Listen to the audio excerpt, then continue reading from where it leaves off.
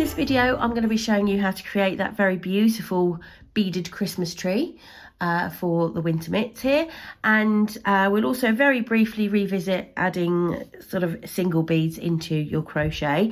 We do have another crochet video or another how-to video showing you how to add beads to your crochet, and I've linked in that below in case you really want to study that a little bit further. But for this video, we will mostly be focusing on the really the really interesting technique on how Jane has created this beaded Christmas tree. For the purposes of the video, I've just made a small sort of cutout section, if you like, of the chart that you'll have in your pattern. You can see that it is only the centre part where the beads are, and I'm actually only going to be focusing on the part in the blue here, which is where the Christmas tree will be formed. Although this is how we're following the chart from bottom to top, the actual Christmas tree ends up this way round. Okay, because we make from the bottom up, but we'll be following it from this way up. And so I've just created a really small piece, as you can see. So it's not the full width of the cuff like as you will be working it. So that's what I'm going to be working on. And I'm just going to be working from the chart. Again, with this, because I am just focusing on the Christmas tree, really, don't worry too much about stitch counts or anything like that. All of that is in your pattern. It is just the technique rather than the numbers. So let's get going.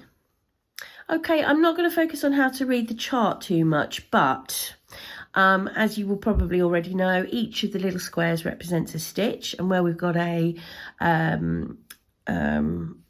symbol in the squares, that means we're going to place a bead or do something sort of special. In this case, you can see the white beads, you can see how they're sort of relating to what I'm working on, and the center here is where the tree beads will be going. I'm not sure if you saw that. The tree beads will be going along the center here, and the trunk is here. Got a couple of X's, those are special stitches. You've got a key on your chart, but those X's represent double crochet two together. You do need to read your pattern alongside this chart, because there are other instructions that are really important to this. So try not to focus too much on the chart. It's just for my benefit really to know where the beads are going to go, and we will look at the techniques as we work through. So I'm going to move that out of the way for now, but that is what I am actually working from. And if you look, I am working on the right side row here.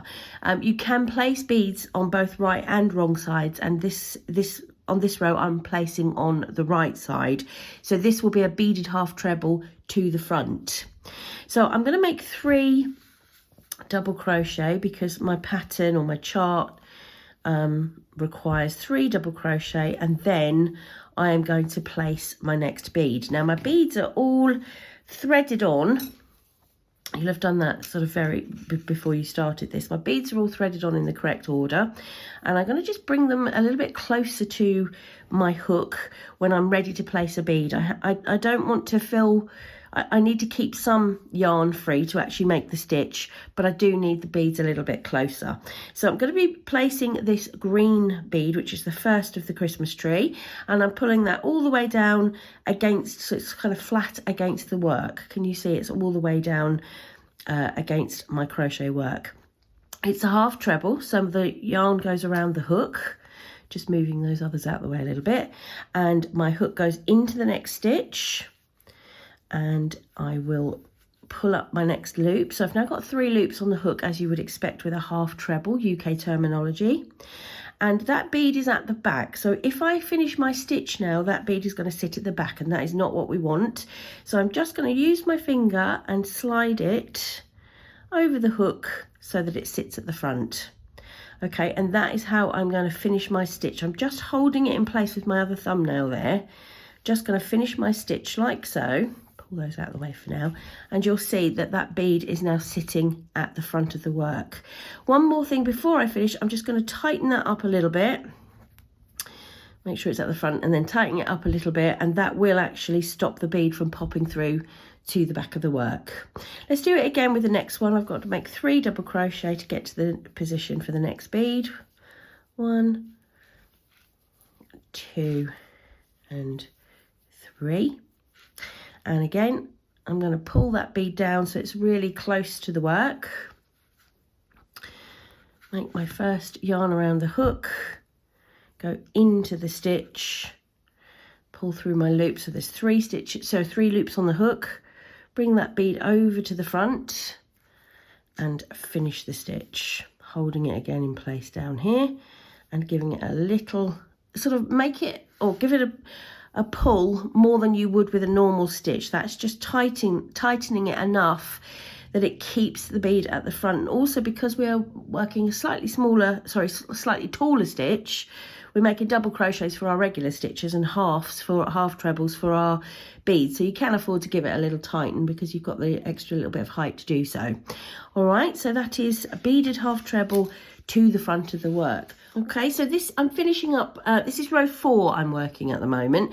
So I'm going to finish row 4 and I'm going to work row 5 until I'm just about at the position to place those multiple green beads. So until I get to here, and then we're going to have a look at how we do that. Now, row 5 is a wrong side row, so that's also interesting in terms of placing these beads. So I'll get to that point and we'll have a look at how we do that. Okay, I have now reached the position on row 5 where I need to place my beads, and you can see very clearly we are on the wrong side because you can't see any beads. They're all on the other side. That's the right side. So we will be working this exactly the same as a beaded double crochet.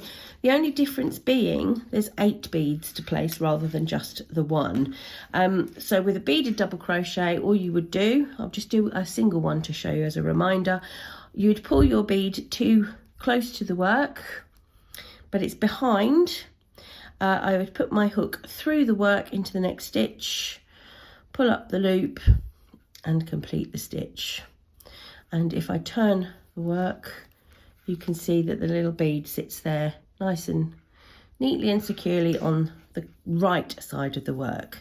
We're going to make the stitch in exactly the same way. The only difference is rather than placing 1 bead, I'm going to place 8. Okay, so we are now going to place our beads, and we have 8 beads to place. So they are pulled down not quite as tight to the work as when you're just a single bead. I've got a tiny little bit of play in there just because we're going to make a loop, and we want to give it a little bit of play so that the beads can bend round nice and simply. So like I said, about a bead's width away from the work, not really tight and snug against it as perhaps you would with a single bead. So in the same way, my hook goes through the next stitch and I pick up the yarn behind or at the end of that series of 8 beads. And what happens when I pull through, you can see it's sort of bent that into a lovely little loop. Can you see? And I will just finish the stitch in the normal way. I'm going to do a couple of normal double crochet because this row it's just double crochet all the way apart from that particular stitch, and then turn the work so you can see what's happening on the correct side, on the right side. Okay, there's the loop on the right side of the work, sitting above the first holly bead that we placed. Now, obviously the orientation is actually this way, so this becomes the top of our Christmas tree. Okay, that first bead is the top of the Christmas tree, and then this loop becomes branches, and I'll show you how to do that as we continue through the chart. Okay, I'm going to finish row 5, which is just double crochet all the way along, and I'm also going to do row 6 because there's nothing very special on that except placing 3 beads I think we place on row 6. So I'll do row 6 and we'll pick up together on row 7, which is where a little bit more complicated things happen. Okay, so row 5 and 6 I will finish, and I'll meet you on row 7. Okay, I'm on row 7 and I'm now at the point where I can place my beads. On my chart it shows 14 beads being placed, but do read your pattern because it explains actually that you are going to make 2 loops of 7 beads. So just the same as we made that 8 bead loop, we're going to do that twice with 7 beads each. So I've got all my beads relatively close. Let's count 7, 2, 4, 6 and 7. 2, 4, 6, 7. So I'm going to just do that in exactly the same way as we did, like I said, the 8 beads.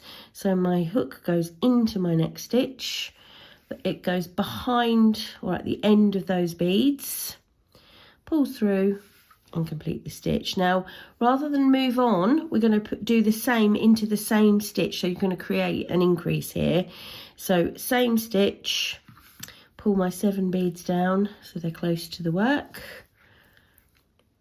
Hook goes at the end of that little line of beads and pulls through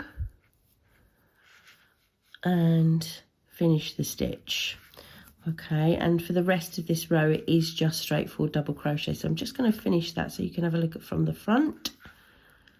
Okay, so this is what it looks like from the front. We've made those 2 loops with 7 beads on them each. It doesn't look a lot like a Christmas tree just yet, but it's about to change. So row 8 is where it all starts getting very interesting indeed, and that is a right side row, so let us make a start on that.